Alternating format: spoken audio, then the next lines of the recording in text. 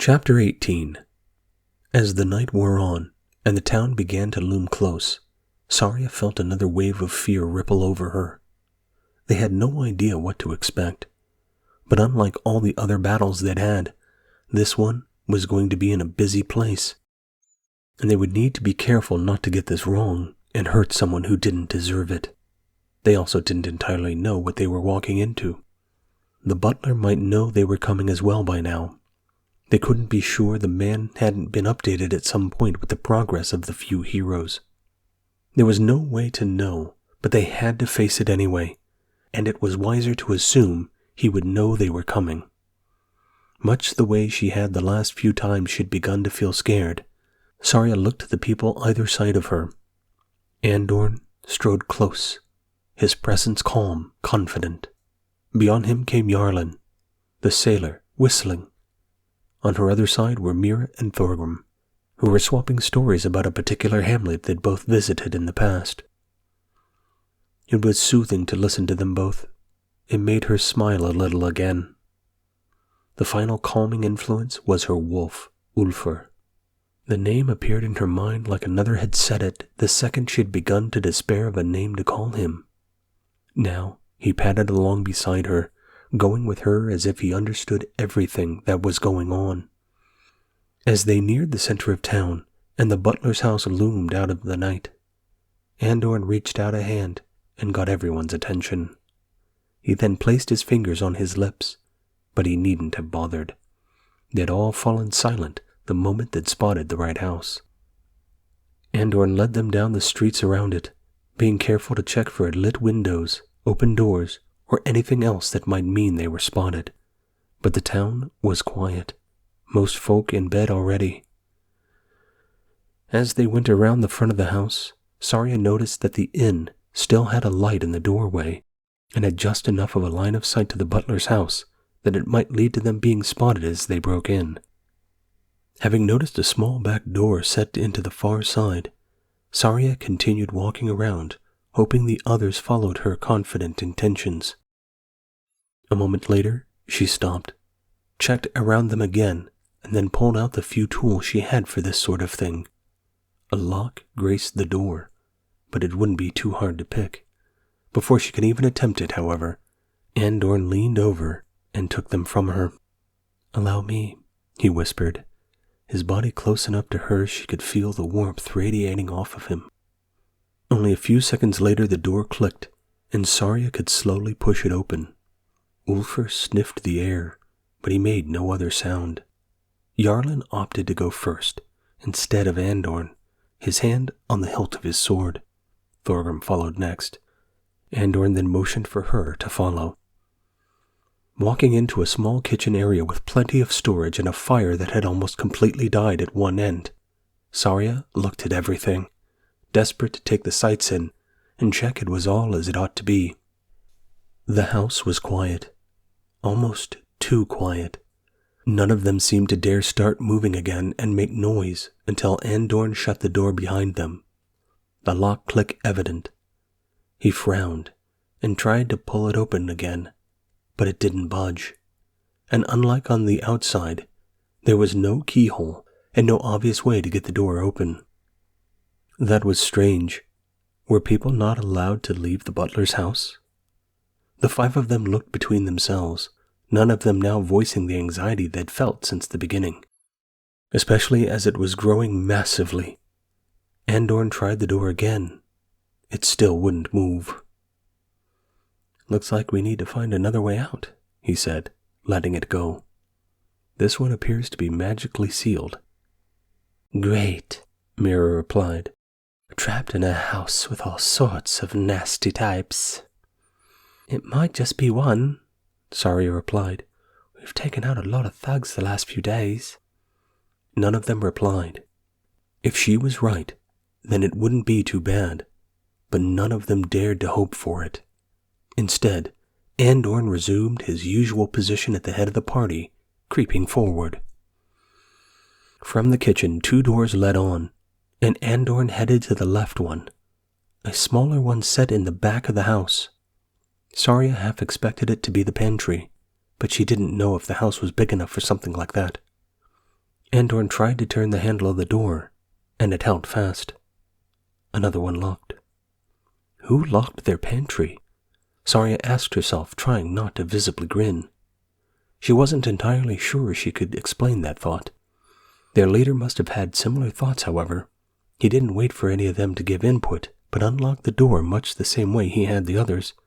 Instead of opening to a cupboard full of food, it opened to a set of steps that went downstairs into the blackest of nights. A cellar. As Saria and her wolf stepped closer, Wayfarer sniffed the air and let out a deep, rumbling growl from the base of his throat. Saria placed her hand on his shoulders again in an attempt to calm him, but even Andorn looked to the creature and back to the stairs.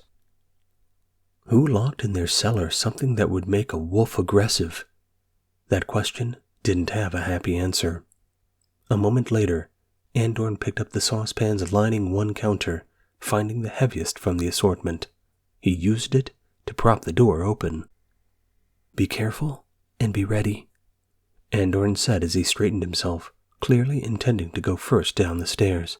But Thorgrim reached out an arm and stopped him, shaking his head. Looking back to Jarlen, he motioned for the fighter to lead the way, but Jarlen wasn't behind them. He was already making a torch of sorts and lighting it with the red-hot embers of the kitchen fire. As he strode back to them with the lit torch, he pulled out his sword. "You guys had better have my back," he said, barely above a whisper. "I don't like the idea of this any more than that wolf does." Thorgrim followed, and then Saria notched an arrow to her bow and went after that. If need be, all of them but Jarlen could use ranged weapons, but the steps weren't wide enough for any of them to walk two abreast, and even Saria knew she wasn't meant to be too close. Wayfarer growled again as Saria stood on the first step.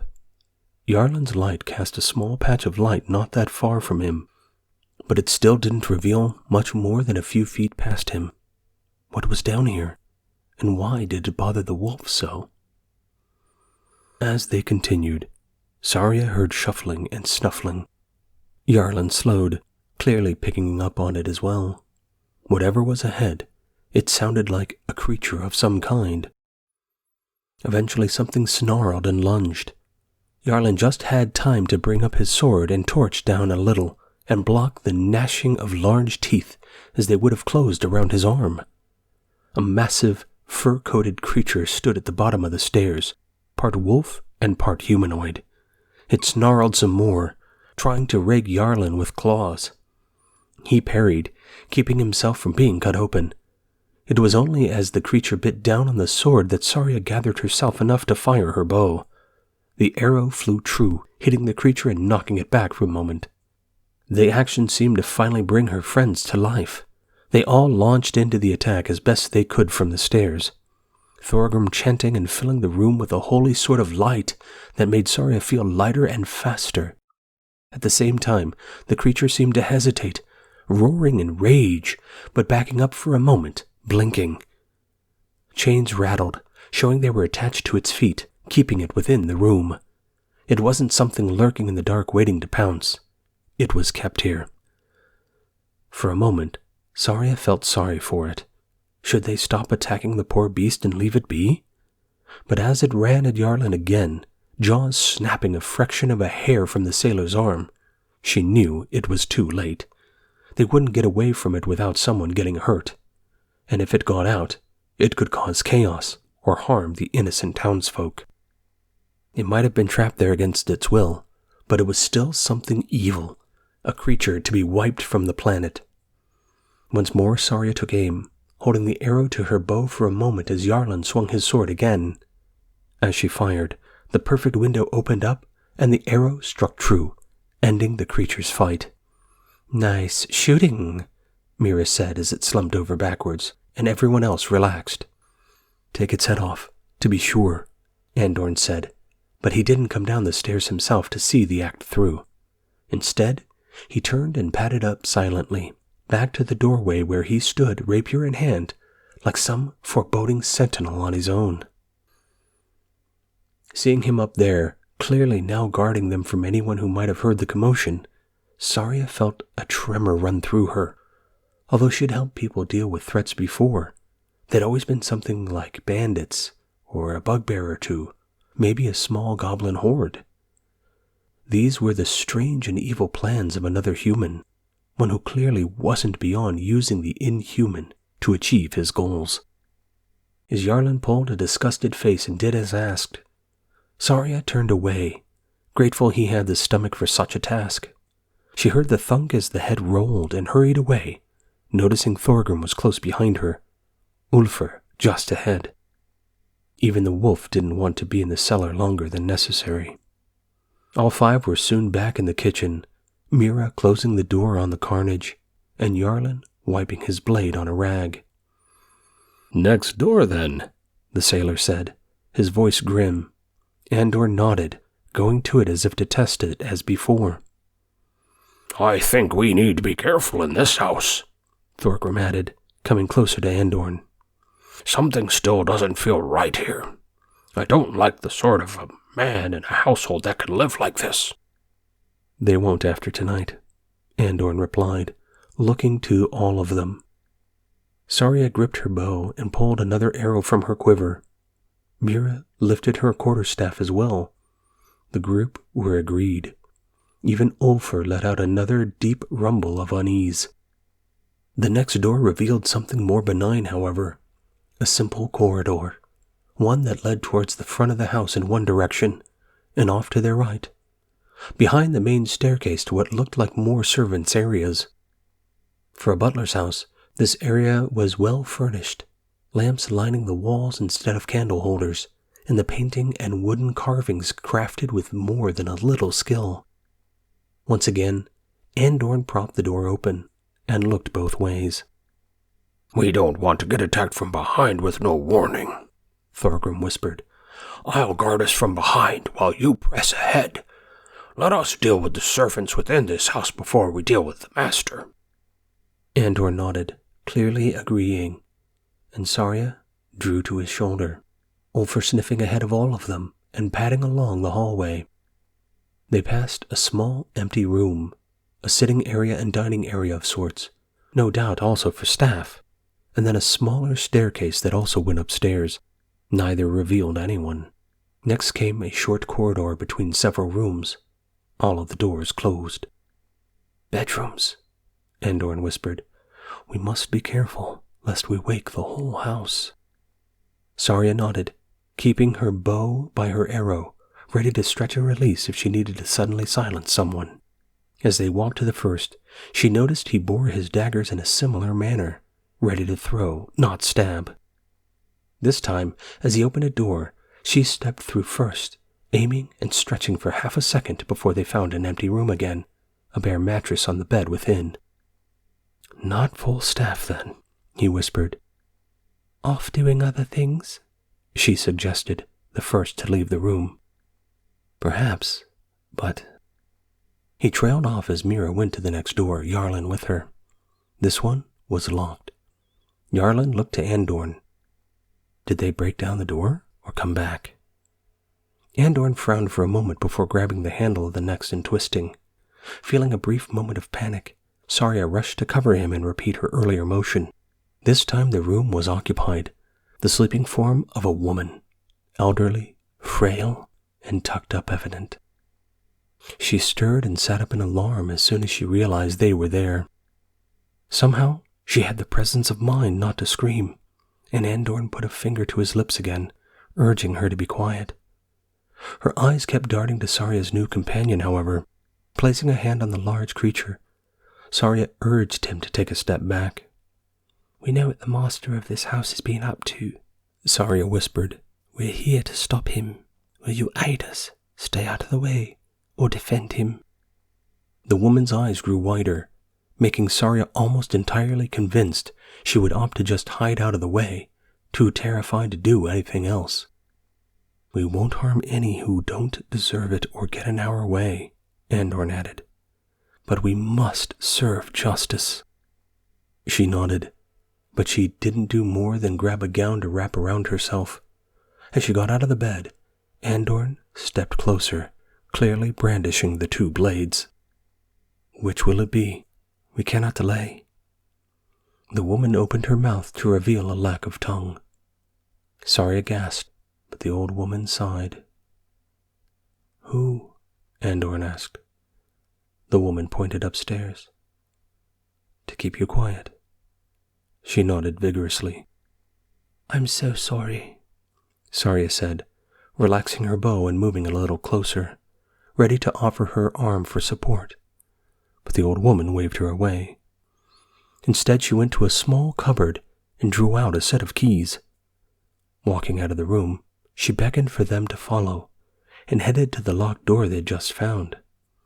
A moment later, she found the right key for the door, put it in the lock, and opened it. She stepped inside first, waking the occupant, a portly man. He sat up, startled, just like his counterpart. But instead of being sensible, he started trying to talk. The old woman moved far faster than Saria would have thought possible, and, ramming her hand down on the man's mouth, she stifled his protests. As Andorn and Saria stepped forward next, she encouraged Ulfr to let out another growl. It got the man's attention, and when the old woman stepped back, he merely trembled and looked between them. "What do you want?" he asked, his voice mostly quiet. "The butler, and any evidence of the crimes he's been committing." "I don't know what—" The old woman smacked the back of his head, the crack almost alarming. He winced and stopped talking. "I can't." She hit him again, and then pointed to her mouth, her eyes ablaze. "We already know most of his doings, and can prove more than you think," Saria said, only half bluffing. "Let us put an end to this." Eventually, the man nodded. "I'll help you," he said, "but only if you make me a promise." "Speak of it, and we'll see if we can do so," Andorn said, beginning to sound aggressive. He'd clearly had enough. "They took my sister several months ago, when we said we didn't want anything to do with things here anymore. Will you find her?" "We can only promise to try," Saria said. "But of course, we would see all the people they've hurt or threatened able to return to their normal lives. If we can work out what has happened and retrieve her, we will."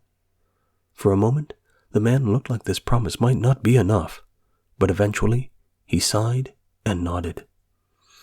"Then come with me. Let me show you how to get into the secret area of the house. He'll still be in there with that brute of his scheming." "Are you sure?" Andorn asked, only just speaking more loudly than a whisper. The servant nodded. "Oh, he's not the man I used to work for," the servant said. "The man who hired me would never have cut Millie's tongue out." "How long has it been since he changed?" Andorn asked, his mind suggesting possible reasons. "It was gradual. He wanted to be more, wanted to be mayor, and thought he'd do a better job. Over the years, never getting the chance, it all made him wonder what the point was. Then the mayor named his successor. Since then—" Bernard shook his head, clearly saddened by it all, but he seemed to regain a sort of resolve. Saria gulped. This next hour would be the most important.